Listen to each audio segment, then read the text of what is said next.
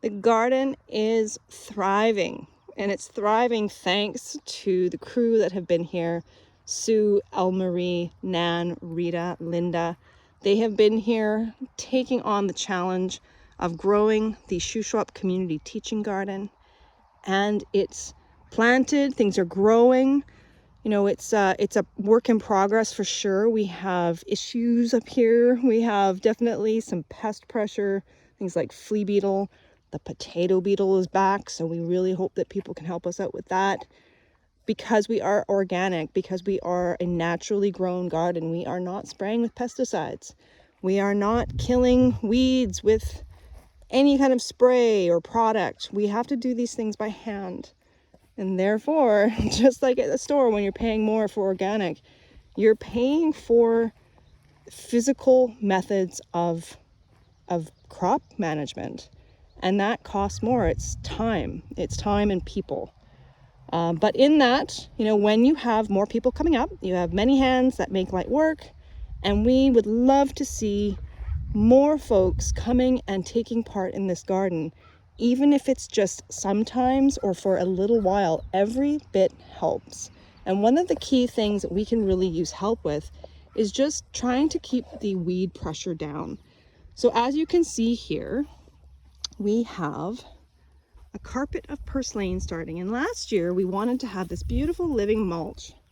And it works, you know, it grows. This purslane is amazing, and it creates this beautiful succulent lawn.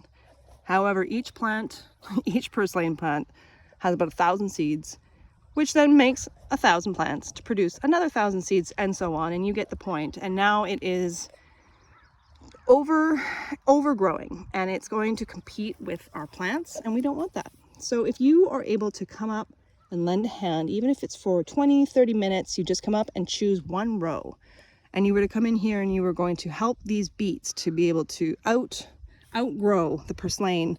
It would just be a matter of, you know, you can take a seat on the ground, you can get a bucket from the shed, and just remove these weeds. Now, of course, the smaller the weeds are, the easier it is to do.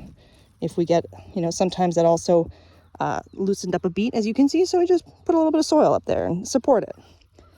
The smaller you can get at weeds, the better. Their roots are not as hunkered down. They're not gripping as tightly.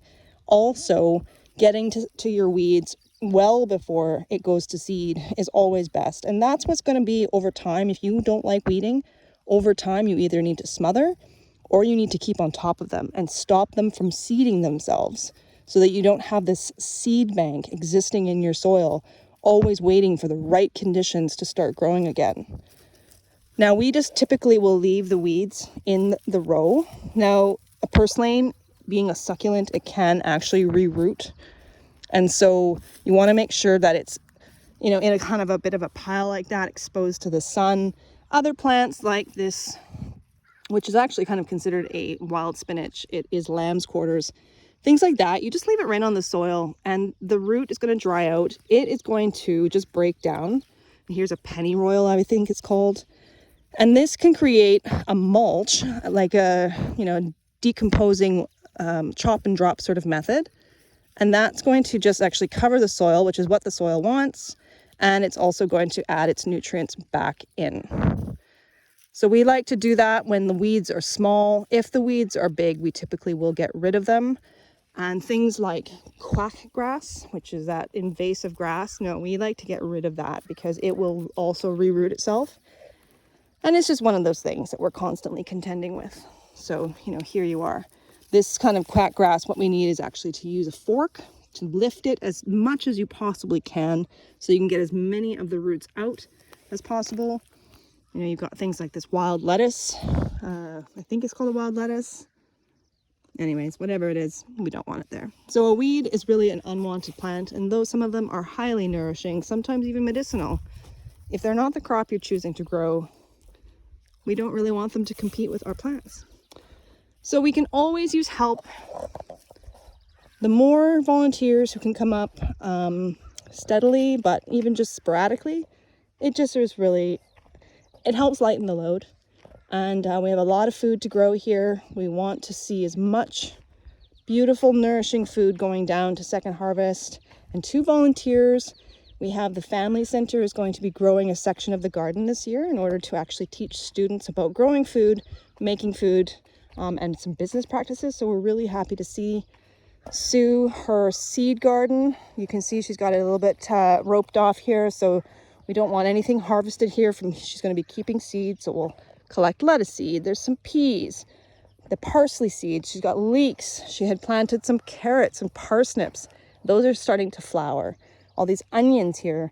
So these are items that are flowering, and she will be doing her own seed project with that. And then planted some more pole beans. This is the area here that we're going to have the Family Center growing in. And we have all the way down, we've got carrots and potatoes. Winter squash is growing here. Elle-Marie has been working hard in her own permaculture display garden. She's here on Thursday mornings if you want to learn more about permaculture and be able to lend a hand. Some beautiful cabbages growing. And all of her rows, she's got some, I think this is winter wheat. So that's kind of new. We haven't really seen a lot of grains here, but there's actually, that one's some oats, a little bit of oats that was probably just already there, but they are so beautiful. So it's well worth coming. Some gorgeous cosmos, lots of raspberries to come. We always have quite a lot of raspberries, and that can always benefit from people to come to help pick. And you know, we need to do some mulching. I grabbed some newspaper today so that we can have a base layer. We have wood chips to get through. We have a small amount of compost left to just top dress some of the rows. And we're going to be putting wood chips in between our permanent beds. I'm going to be doing a few of those up today so that there's examples. I've got to just sturdy up these irrigation lines, making sure that the irrigation is working, which it is. Oh, we can see a bit of a leak there. So everything is coming along. It's a beautiful place to be. Coming up soon, we have a new addition to the garden that we will showcase when it's up and running. And that will be a great opportunity for the community to come and join. If you can sort of see that little bit of redness on the ground, it's all purslane. Too much purslane. So that's got to be weeded. We're going to be using a hoe for that one. So we would love to see you. You can fill out our volunteer intake form if you haven't already, or we have a calendar so that you can know when people are here, that you can come up and ask questions about gardening and growing food. Have somebody who can help you know the different tasks to do. Please cut flowers as you would like. And we have a little kids play area there, thanks to the Heartwood Learning School. And our pollinator garden is doing very beautifully too. So if you have questions, you can contact me, Melanie, at projects@shuswapfood.ca. Check out our calendar on our website, shuswapfood.ca, under Community Garden. And that will show when we're here so we can help you out too. Have a great day.